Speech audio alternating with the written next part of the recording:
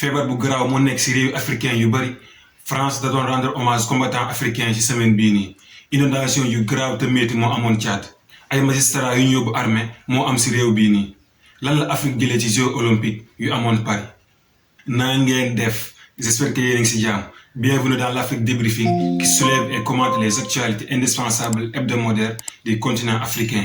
Afrique débriefing da leen tënkal xibaar yi nga xamante ni moo xew ci continent africain bi di ko commencé lundi ba dimanche.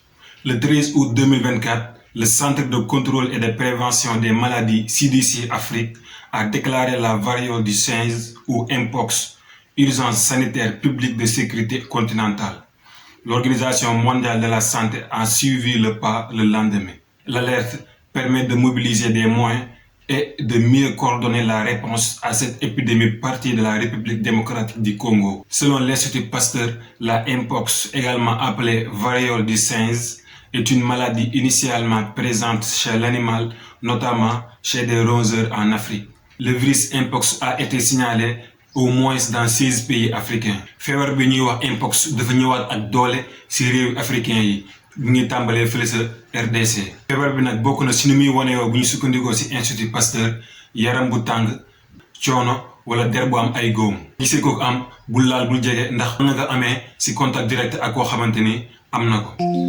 ci jeudi bi France da doon sargal combattant yi nga xamante ni jàppale woon nañ ko mu mën a libéré wu ci Allemagne. ci teewaayu président africain yu bari.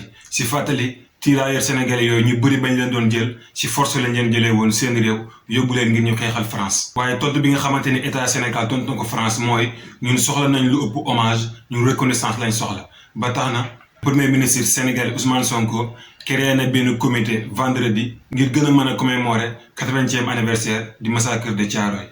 commission boobu lu tax ñu créé ko mooy wax ni nga xamante ni noonu la massacre de Thiaroye amee woon. parce que jusqu'à maintenant Sénégal joxeegul version wam ci li nga xamante ni noonu la massacre de Thiaroye demee woon. Comme toujours au Sénégal, une journée sans presse a été décrétée mardi par les organisations de médias pour protester contre les mesures de répression du gouvernement qui, selon elles, les ciblent directement et visent à réduire les libertés de la presse. journée mardi bi écran télé yu bëri tàkkul rajo yu bëri waxul quotidien yu bëri génnul ngir dundal journée sans presse boobu. Le conseil sénégalais des distributeurs et éditeurs de presse ñoom nee nañ nguur gi dafa tëj compte bancaire yenn organe de presse yi ngir ne dañoo ñàkk fay impôt. Au Tchad, plusieurs provinces enregistrent de grosses pluies avec de graves conséquences. Certaines provinces sont presque sous l'eau. Les autorités locales annoncent la mort d'au moins 60 personnes après des inondations entre vendredi 9 et le mercredi 14 août. ay inondation yi jéggi dayoo ñoo am fële sa Tchad ba tax na lu toll ci 60 personnes ñàkk na ci seen bakkan. ay magistrats lañ jël bëgg leen yóbbu front. Au Burkina Faso, 6 magistrats sont actuellement retenus par les autorités militaires. Ils avaient reçu un ordre de réquisition pour servir au front dans la lutte contre les groupes armés pour une période renouvelable de 3 mois.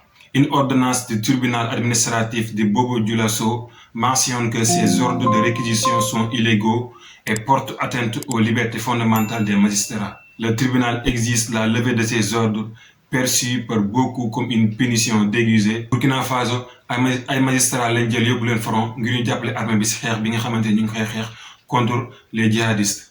waral na coow lu rëy nag ndaxte am na ñoo xamante ne ñoom nee nañ ordre boobu nekkul lu légal. pour ñoom lii lépp ay punition moo ko lal ginnaaw bi nga xamante ni magistrats yi jël nañ dogal contre les proches du pouvoir. réew Afrique Australie dañuy dajee samedi bii ngir régler seeni problème. Ce samedi 17 août à Harare au Zimbabwe sera le théâtre du sommet de la communauté de développement d'Afrique australe. Ce 44e sommet se tient dans un contexte de grave instabilité au Zimbabwe, marqué par des arrestations politiques.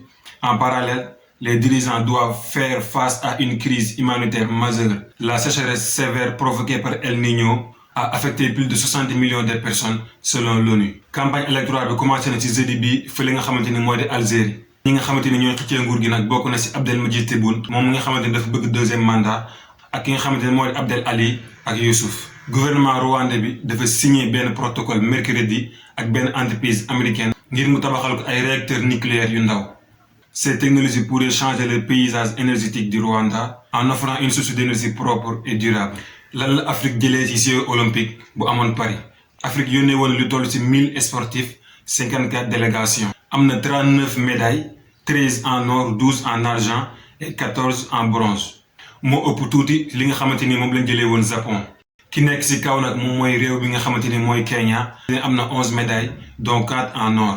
ki si topp mooy Algérie moom mi nga xamante ni war na remercier athlètes am yu jigéen. ku si mel ni Imane Khalif mi nga xamante ni dafa mën boxe ba sax ñenn ñi dañuy sikki sàkk sax ndax moom góor la wala jigéen la. Afrique du Sud moo jël 3e am li nga xamante ni mooy 6 médailles. tey lii lañ leen indiloon si Afrique débriefing bi lan nga xalaat si commission bi nga xamante ni Sénégal teg na ko ngir wax dëgg ji nga xamante ni moo amoon si massacre de Thiaroye bi.